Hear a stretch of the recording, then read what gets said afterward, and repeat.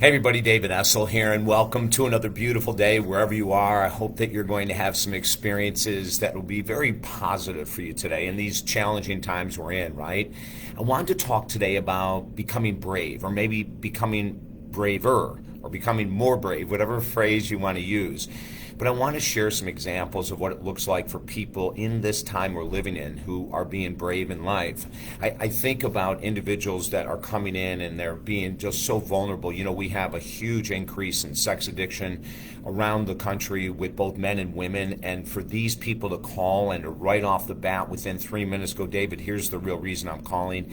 That takes immense bravery. For individuals to reach out for help right now because their career is dead or their finances are suffering, that's real bravery. You know, I think of Evelyn Keeling, my friend, who was 240 pounds overweight and went into a gym, 240 pounds overweight. That's bravery because you know everyone's looking, even though they say, oh, people don't pay attention. When you're that overweight, 240 pounds overweight, not 240 pounds, but 240 pounds overweight, that takes bravery. It really does. To move forward with a goal that you might have right now, even though people are telling you it'll never work, that takes bravery. I'll never forget about 5 or 6 years ago when we were going to release our book, Positive Thinking Will Never Change Your Life, but this book will. And when we were going to release it, I had several very good friends of mine that were saying, hey, is that a real good move? You know, you're talking about the secret and the law of attraction and you're giving them new definitions that are totally different than what those books were saying. Is that really a good move? And, you know, I ended up having to come up to the plate with my own form of bravery and go against the peer pressure of people saying you're going to get lambasted. You know, it's not going to work. You could hurt your career. And in actuality, because I finally had been teaching this from 1986, and then it was like, 5 years ago that we released the book, I waited a long time. It took me a long time to get brave because just what those people were saying, I was so concerned I'd be judged, ridiculed. But the exact opposite happened. That's how I met Jenny McCarthy, and that's how she gave me one of the most beautiful quotes ever, that David Essel is the new leader of the positive thinking movement. I mean, it was a great endorsement she gave us, but it came from me being willing to stand up against peer pressure, right? What about the couple that I worked with just a couple months ago that came in and the woman said, you know, David, we've been married 30 years. Our relationship has been terrible.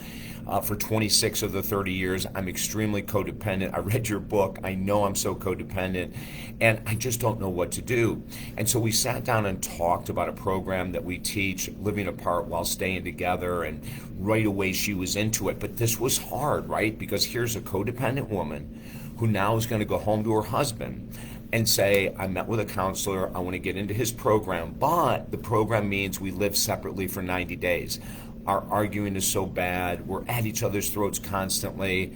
That is a brave woman, right? Especially a codependent woman that makes that kind of a move. That's a hugely brave woman. And the end result, at first her husband was not into it at all. At the end of 90 days, they got back together, and it has been miraculous. So these are all examples of people, you know, that are brave. What about maybe those individuals that are stuck in addiction right now, and they decide to reach out for help? They go to a meeting, they go to a church, they hire a counselor, whatever it might be. That is bravery. You see, the most brave people in the world look at what they're facing and they go into it, not away from it. Maybe you're in a tough relationship right now. Maybe it's time for you to apologize for your role in a dysfunction. That takes bravery, right? Because when two people are knocking heads together, most of the time we don't want to get humble. We don't want to get vulnerable. But the brave ones do. Now, the relationship may not work even when you come to the plate and say, I am so sorry for my role in the dysfunction. But at the very least, you'll be able to know that you can sleep at night admitting that you had a role. That's bravery. Instead of pointing fingers, it's all you, it's all you, it's all you, why don't we point fingers and say it's 50% you and it's 50% me? That would be bravery. Listen, if I can help you at all, don't hesitate to contact me at talkdavid.com. Share this video around, okay? We need these kind of messages. And if you want, join our brand new program, Helping Americans Heal. It's only $9.98 a week, and every week you're going to get inspirational interviews, articles, online courses, books. I mean, we give away so much, and every couple weeks you're going to be getting a mastermind video where I take in all the questions from individuals in the group, answer them, and send them back out to you. So you get your own private work as well as this massive group stuff, okay? So join Helping Americans Heal at talkdavid.com. It's only $9.98 a week. It's really worth it, okay? Have a beautiful day.